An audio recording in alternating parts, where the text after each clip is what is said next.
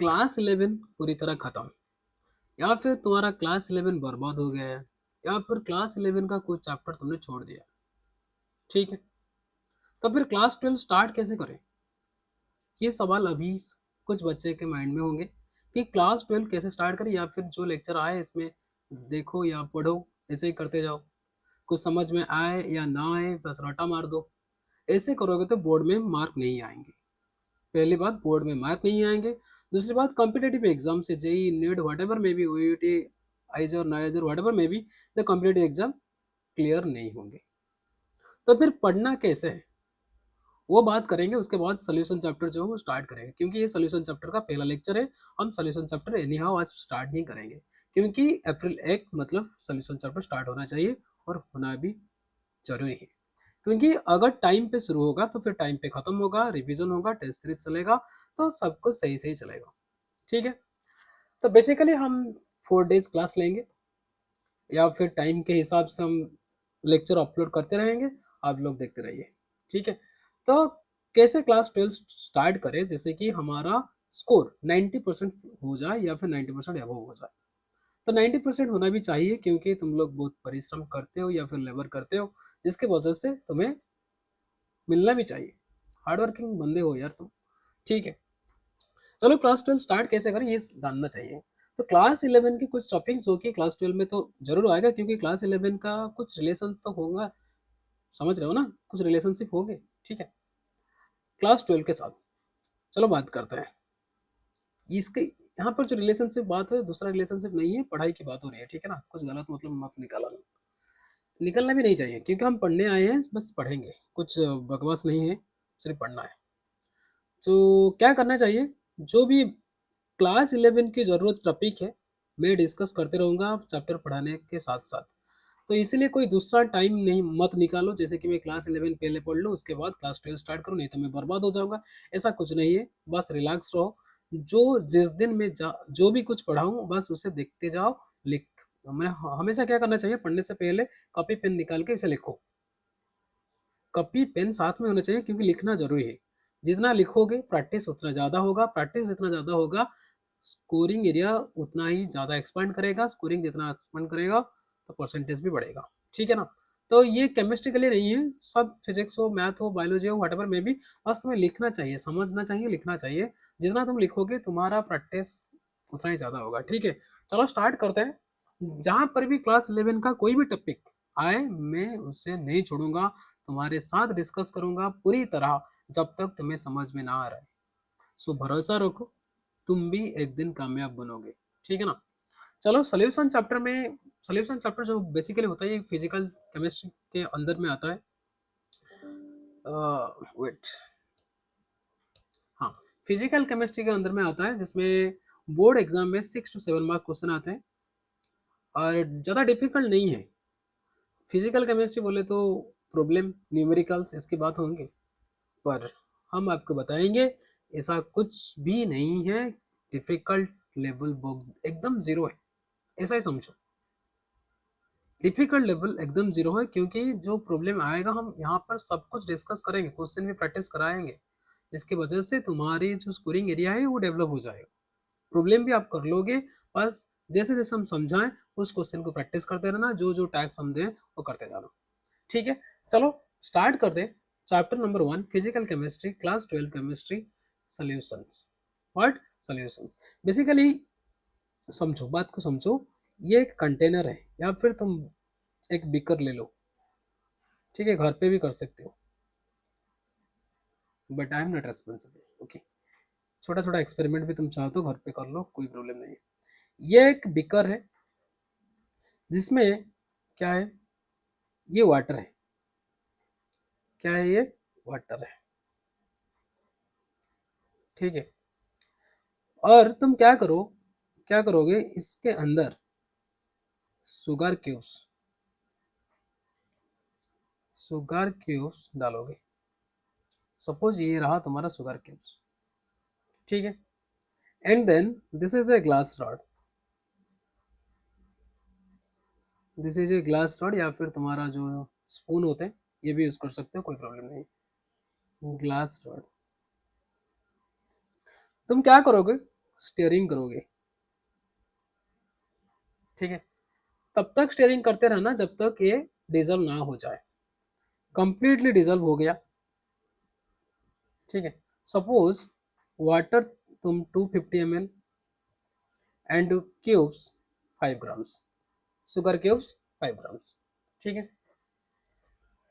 सो क्या करना चाहिए तुम्हें, स्टीयरिंग करना चाहिए जब तक वो कंप्लीटली डिजल्व ना हो जाए। आफ्टर द कंप्लीट डिजल्व क्या होना चाहिए, complete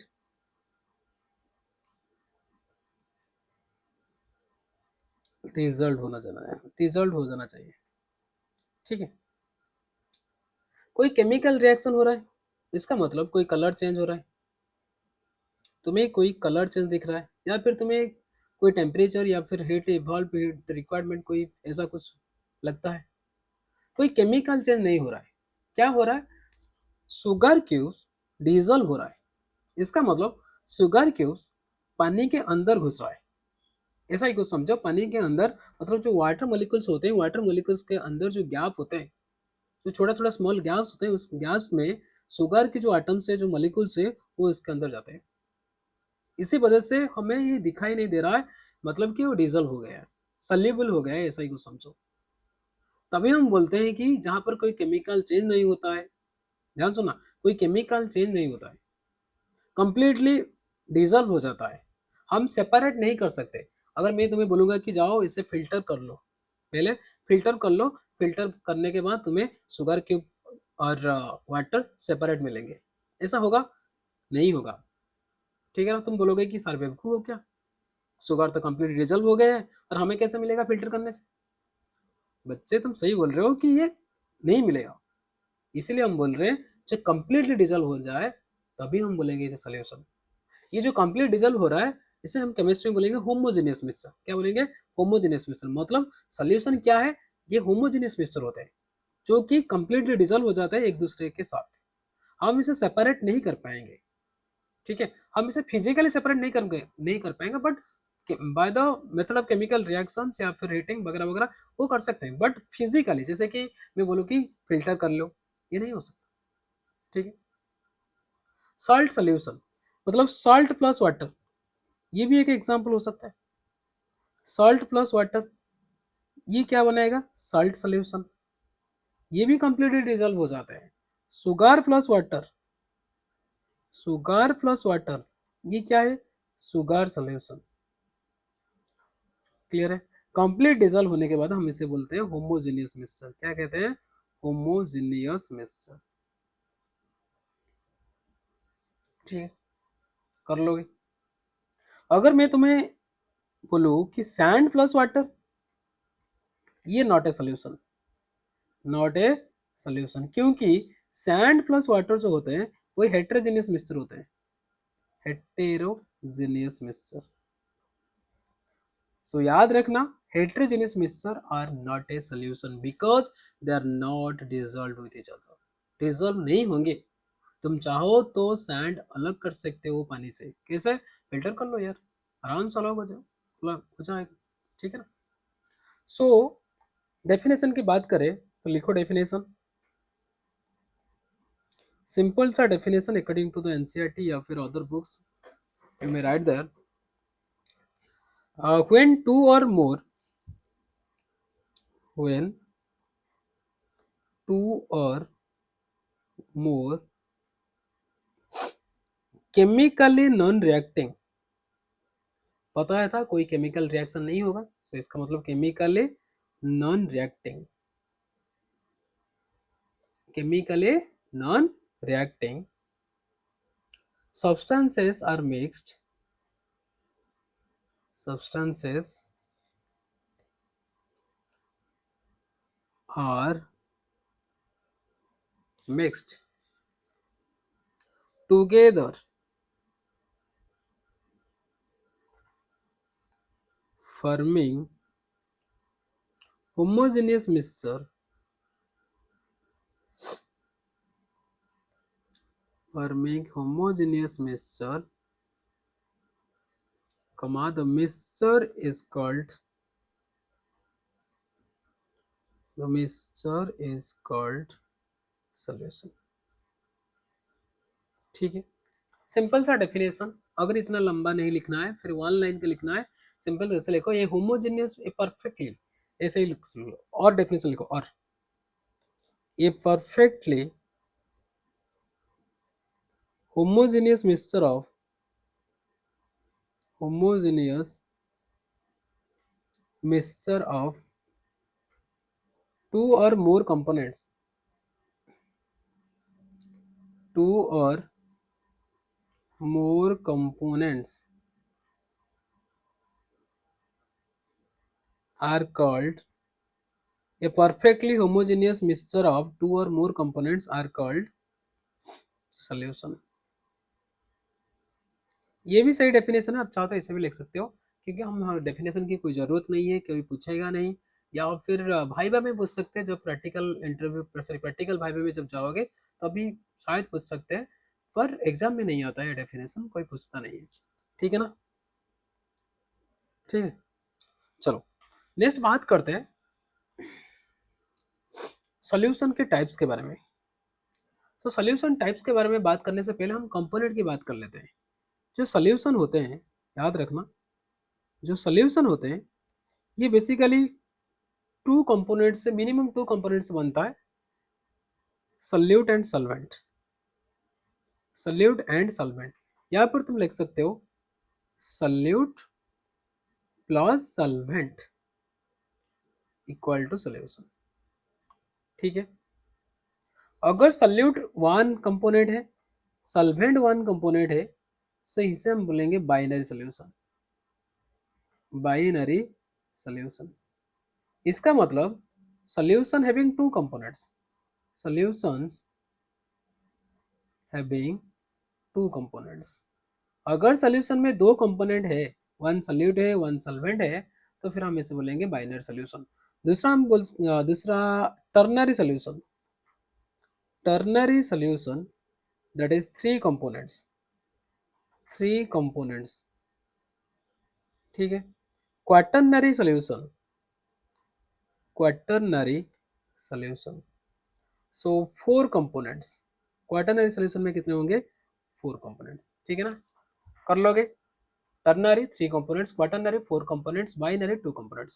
according to your standard या फिर class 12 only two component solution, that is binary solution is present in your syllabus, so we have to read about only the binary solution। ठीक है, binary solution। So first of all we have to discuss about what is solute and solvent। Simply write down there, solute less in amount, that means which present less in amount in the solution we called it solute, less in amount. Solvent क्या होता है, वो मोर in amount में होता है, मोर in amount. ये जो amount होते हैं हम मेजर करने के लिए बेसिकली यूज करेंगे नंबर ऑफ मोल्स का।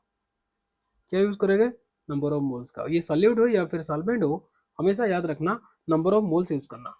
अगर जिसका नंबर ऑफ मोल्स कम है या फिर जिसका अमाउंट कम है, इसे बोल सकते हैं अमाउंट कम है, इसे सॉल्यूट बोलेंगे, या फिर जिसका अमाउंट ज्यादा है इसे सॉल्वेंट बोलेंगे। ठीक है ना, चलो सॉल्यूट सॉल्वेंट याद आ गया, बाइनरी टर्नरी क्वाटर्नरी हो गया। तो फिर हम बात करते हैं टाइप्स ऑफ सॉल्यूशन की। क्या बात करेंगे, टाइप्स ऑफ बाइनरी सॉल्यूशन की बात करेंगे, क्योंकि सिलेबस में सिर्फ बाइनरी सॉल्यूशन है, तो इसलिए हम बाइनरी सॉल्यूशन की बात करेंगे। टाइप्स ऑफ बाइनरी सॉल्यूशन, देखो फिजिकल स्टेट जो होते हैं वो बेसिकली थ्री टाइप्स होते हैं। फिजिकल स्टेट जो होते हैं, फिजिकल स्टेट ये बेसिकली थ्री टाइप्स होते हैं, एक्चुअली फाइव टाइप्स में है, जैसे कि प्लाज्मा, बोस, आइंस्टाइन, कंडेंसस, इसे लगाओगे तो फिफ्थ स्टेट मिलेंगे। पर हम ऑब्जर्व करते हैं थ्री टाइप्स, इसलिए मैंने थ्री टाइप्स लिखा। जैसे कि पहला होगा सॉलिड, दूसरे होंगे लिक्विड, और तीसरा जो कि गैस है।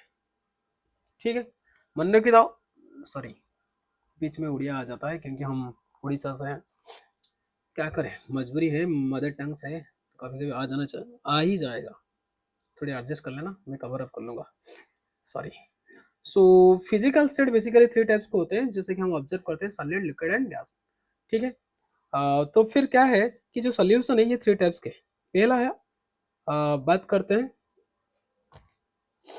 अकॉर्डिंग टू एनसीईआरटी बात कर लेते हैं, बेटर होगा कि तुम एनसीईआरटी से पढ़ लो, वही सही रहेगा। Gaseous solution, first of all gaseous solution, दूसरा लिक्विड सोल्यूशन, तीसरा आपका सॉलिड सोल्यूशन। ठीक है, कुछ एग्जांपल्स है जिसमें से क्वेश्चन कभी कभी पूछ लेता है बोर्ड्स में, क्योंकि हमेशा क्या होता है कि हार्ड क्वेश्चन नहीं आता है, कभी कभी वेरी वेरी इजी क्वेश्चन भी आ ही जाता है, तो इसलिए हम स्किप नहीं करेंगे, थोड़ा सा एनसीईआरटी रेड कर लेंगे। चलो देखते हैं।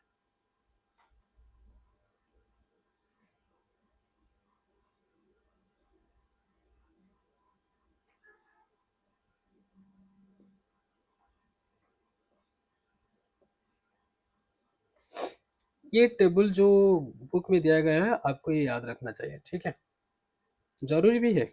देखो first one is gaseous solution. Gaseous solution मतलब क्या है?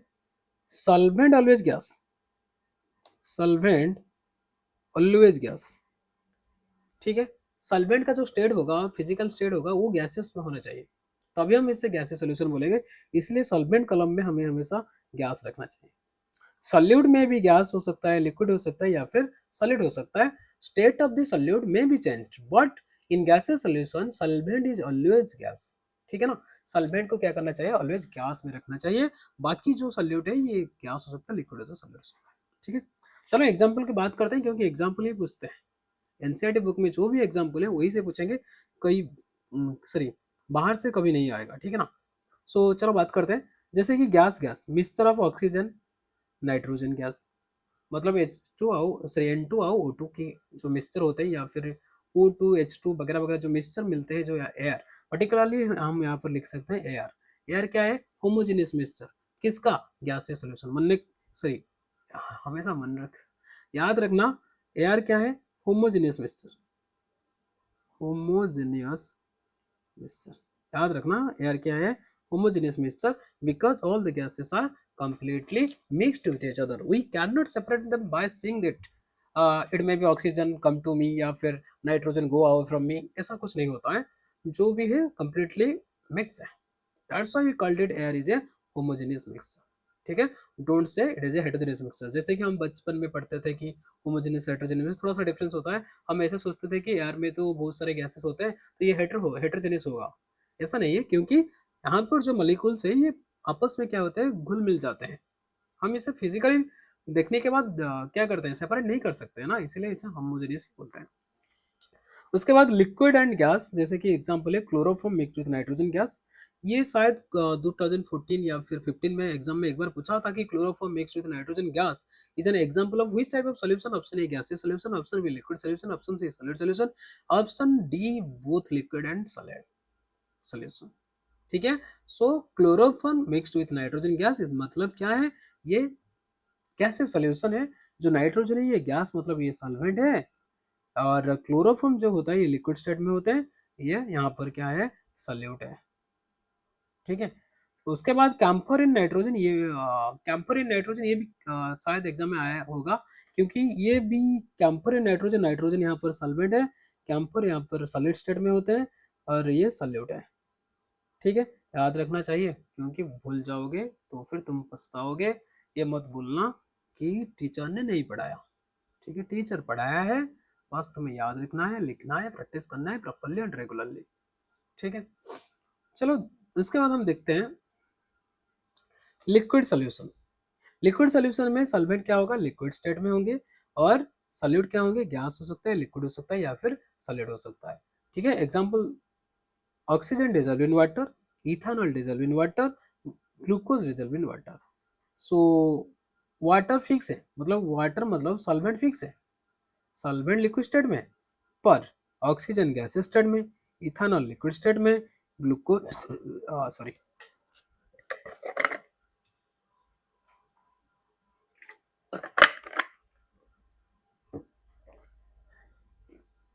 ग्लूकोज सॉलिड स्टेट में। समर सीजन शुरू हो रहा है, तो हमेशा अपने घर पर ग्लूकोज के डब्बे होना चाहिए। ग्लूकोज से हमें एनर्जी मिलता है, जब बायोमोलिक्यूल पढ़ाएंगे तो अभी ग्लूकोज के बारे में डिटेल्स बात करेंगे, ठीक है ना, याद रखना। सो सॉलिड सोल्यूशन जिसमें सॉल्वेंट, सारे के सारे सॉल्वेंट सॉलिड में होंगे, सॉलिड में भी गैस, लिक्विड और solid. Example solution of hydrogen in palladium. Basically जब हाइड्रोजनेशन करते हैं कि अल्काइंस अनसैचुरेटेड हाइड्रोकार्बन्स, तभी हम H2 in place of nickel palladium platinum use करते हैं। Nickel palladium platinum solid state में होते हैं, हाइड्रोजन गैसीय स्टेट में होते हैं, इसलिए हम इसे बोलते हैं क्या, सॉलिड सॉल्यूशन। दूसरा अमालगम mercury with sodium. Mercury अमालगम HCna, याद रखना NaHC। ये किसका एग्जांपल है, सॉलिड सॉल्यूशन का एग्जांपल है। Copper dissolve in gold. ये जो copper dissolve gold basically Alay होते हैं। अलय क्या होते हैं, ये बेसिकली सॉलिड सॉल्यूशंस होते हैं। ठीक है, याद रखोगे, याद रखोगे। सो ये जो टेबल है आपको ये बनाना है, अपनी कॉपी में ये टेबल ड्रा करो या फिर लिखो, कुछ भी करो। सो ये कॉपी में होना चाहिए, 100% होना चाहिए, क्योंकि यहाँ पर भी कभी कभी एक मार्क का क्वेश्चन आता है, तो हमें मिस नहीं करना चाहिए। इसलिए हम जब भी पढ़ाएंगे इस चैप्टर को, एनसीईआरटी बुक बीच बीच में रीड कराएंगे, कहाँ पर क्वेश्चन आता है और कैसे कैसे क्वेश्चन आता है। और एनसीईआरटी के जो इंटरेस्ट क्वेश्चन है ये अभी हम डिस्कस करेंगे, इसके साथ साथ जो एग्जाम्पल्स है या फिर जो एक्सरसाइज में जो क्वेश्चन है यहाँ भी कर, हम यहाँ भी डिस्कस करेंगे और बताएंगे कि कौन सा वाला तुम्हारे एग्जाम में आए हैं या फिर प्रीवियसली आ चुका है, और सामने जो एग्जाम होगा 2027। मस्क्यूटो डिस्टर्ब कर रहा है यार, बड़ा वाला मस्क्यूटो है, इसलिए मैं कंसंट्रेट नहीं कर पा रहा हूँ, क्या पढ़ाऊँ। चलो ठीक है, सो इस लेक्चर को यहीं पे ख़त्म करते हैं। मस्क्यूटो के बारे में थोड़ा सोचते हैं, इसे ख़त्म करते हैं। और आप लोग पढ़ते रहिए, ये छोटा सा कंसेप्ट है, छोटा सा लेक्चर था। सो आपने बहुत पेशेंस के साथ इसे देखा, सुना और कॉपी में लिखा, इसलिए तुम सबको थैंक यू। एंड अपने सारे दोस्तों के साथ अगर शेयर कर लोगे तो थोड़ा बहुत हेल्प तो हो ही जाएगा, ठीक है ना। So all the very best.